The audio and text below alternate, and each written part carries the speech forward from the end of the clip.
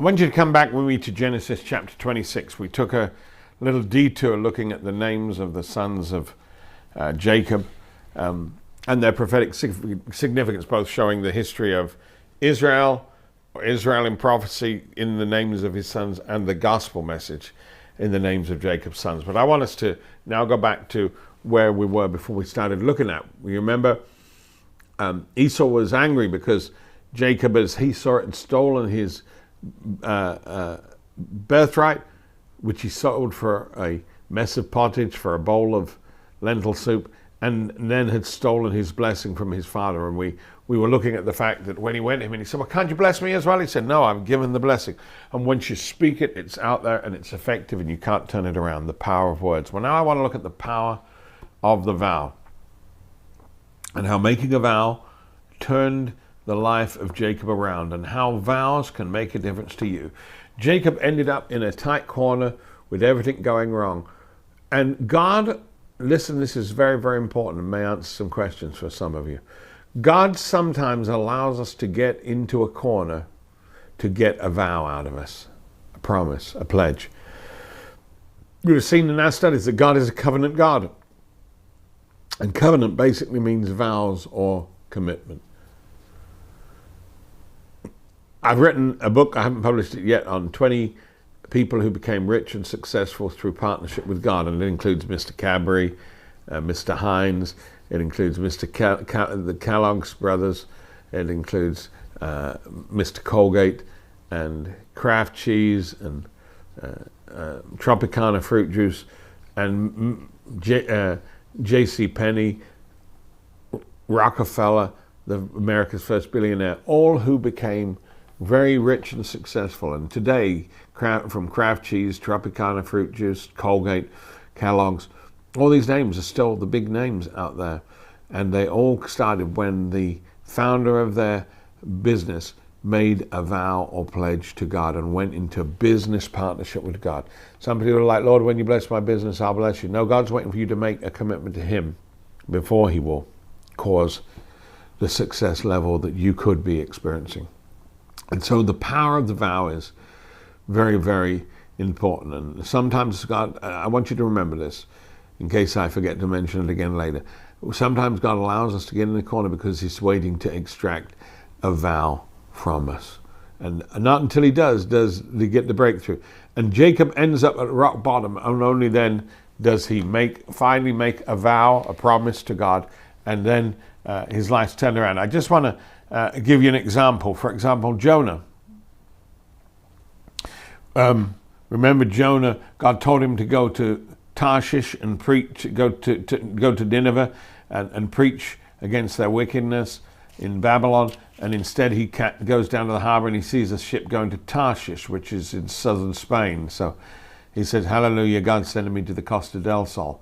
And God says, no, I got alternative transportation arranged for you. And he ends up being thrown over to still the storm because the sailors on the ship say, there's obviously somebody who's upset God. And he says, it's me, and they throw him in. And so they throw him in, and we read now chapter 1, verse 17. Now the Lord had prepared a great fish to swallow up Jonah. And Jonah was in the belly of the fish 3 days and 3 nights. People talk about Jonah and the whale. The Bible doesn't say it was a whale. It was a big prototype. God had prepared a special prepared large fish that swallowed him up. And he was in the belly for the fish 3 days and 3 nights. That's the last verse of chapter 1, verse 17. I like the first verse of chapter 2, so it goes straight from this. And Jonah was in the belly of the... I'm just going to read through from the last verse of chapter 1 to the first verse of chapter 2. And Jonah was in the belly of the fish 3 days and 3 nights. Then Jonah prayed unto the Lord his God out of the fish's belly. I like that. I think that's funny. Who's going to wait 3 days and 3 nights before they pray? You know, you're inside there 3 days and finally you pray. And if you go to verse 9, it says, I will sacrifice unto thee with the voice of thanksgiving. I will pay that which I vowed. Salvation is of the Lord. And the Lord spoke unto the fish, and it vomited up Jonah on the dry land. When Jonah made a vow to God, his miracle happened instantly. I'm going to read that again. Verse 9 and verse 10, without pausing, without adding anything. I will sacrifice unto thee with the voice of thanksgiving. I will pay that I have vowed. Salvation of the Lord. And the Lord spoke unto the fish, and it vomited out Jonah on the dry land. When Jonah made a vow to God, everything was turned around. Hannah had no child. She prayed, she wept, she pleaded before God. So much so that Eli the priest, when he saw her, he thought she was drunk. And he rebuked her. And she told him that it was her sorrow of heart because she had no child. But when she said, Lord, I'll give this child to you, when she made a vow, next time she got pregnant and had a child, gave that child to temple service with the prophet, with Eli, and then God gave her many more children. Making a vow to God can turn your life around. And many people, they're waiting for God to do something, and God's waiting for you to do something. We're going to look at that over the next few days because it's so important. Chapter 26, verse 41, and Esau hated Jacob because of the blessing wherewith his father had blessed him. And Esau said in his heart, the day of mourning for my father at hand, then I will slay my brother Jacob. He said, I'm just going to wait till my dad's died, and then I'm going to take my revenge on Jacob. And Rebekah heard and told Jacob to flee to Laban, her brother. Remember him?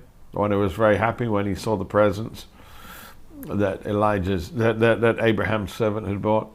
Chapter 26, verse 44, and tarry with him a few days until thy brother's fury turn away. So she says, go to Laban, go to my brother, and stay with him just a few days until your brother gets over it, till his fury turns away. What she didn't know was she would never see her son again. It was a lot more than a few days. Until thy brother's anger turn from thee, verse 45, and he forget that which thou hast done to him. Then I will send and fetch thee from hence. Why should I be deprived also of you both in one day? And he was gone, actually, for 20 years. So Jacob sets off as he was instructed, and later on ends up marrying his cousins, plural, which was not there was no restriction on family marriage back at that time. Chapter 28 and verse 2, arise, go to Padan Aram, to the house of Bethuel, thy mother's father, and take thee a wife from thence of the daughters of Laban, thy mother's brother. And we read, and he lighted up upon a certain place and tarried there all night, because the sun was set. And he took of the stones of the place and put them for a pillow, and lay down in that place to sleep. And there he dreamed a ladder set up on the earth, and the top of it reaching heaven. And behold, the angels of God ascending and descending on it. And behold, the Lord stood above it and said, I am the Lord, God of Abraham, thy father, and the God of Isaac.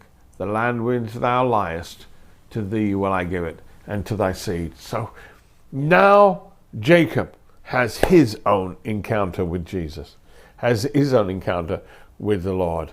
And it's running for his life. Everything is at rock bottom. Things couldn't get worse.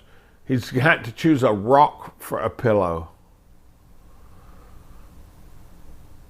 And God turns up and promises him, gives him promises. And thy seed shall be as the dust of the earth.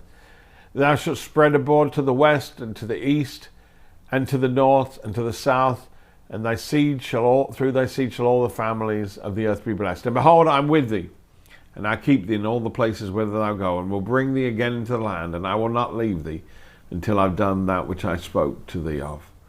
Jacob awakened out of his sleep, and he said, surely the Lord is in this place, and I knew it not. My friend, you can encounter the Lord however bad things are. Sometimes it's in the worst situation where we have our most powerful encounters with God. And he was afraid and said, how dreadful is this place? This is none other but the house of God. This is the gate of heaven. And Jacob rose up early in the morning and took the stone that he'd put for his pillow and set it up for a pillar.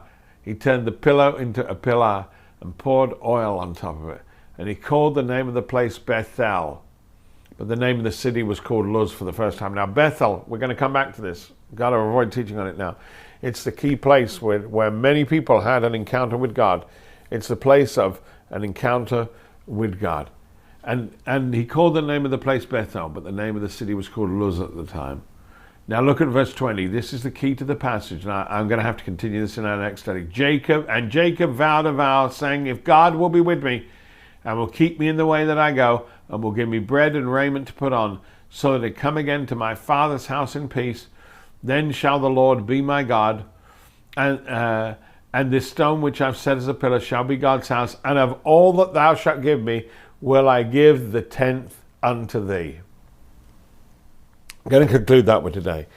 Jacob now becomes a tither, and everything starts to change. Tithing, as I've said, is a consistent theme from Genesis, from the first opening of Genesis right through to the book of Revelation. The principle that the first belongs to God, that we have to seek first the kingdom of God for things to be added, that the first 10%, not just 10%, it's not just any 10%, not the last 10%, not the middle 10%, it has to be the first 10% is given to God, and that sanctifies the rest and anoints the rest for blessing. Those who, it's the only area where God invites, says, test me now in this, see if I want to open the windows of heaven and pour out such a blessing. And again, why the 10th? Because it's the consistent. Those who say tithing is under the law just show their ignorance. It's one of the lies the devil uses time and time again to rob believers. Here we have Abraham tithe.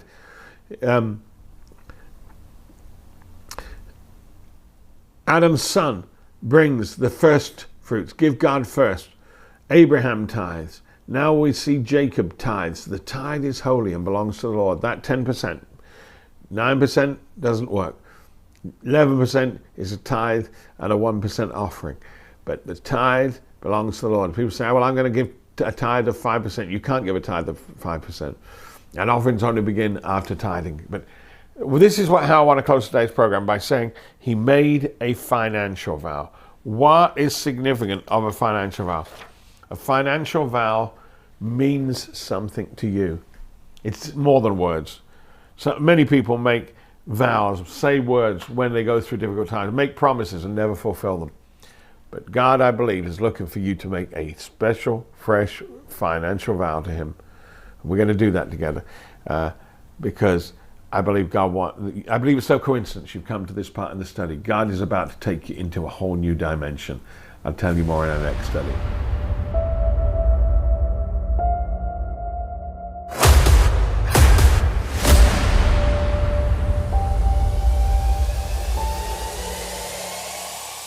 Supporting the ministry of PGMI is simple.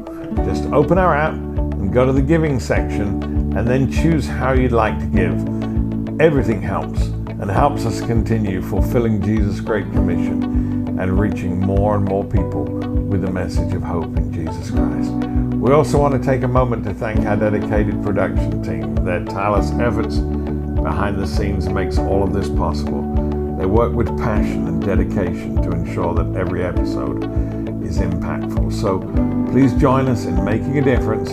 Your support not only helps produce the content you love, but also to spread the gospel across the globe. So together we can continue to inspire and uplift. So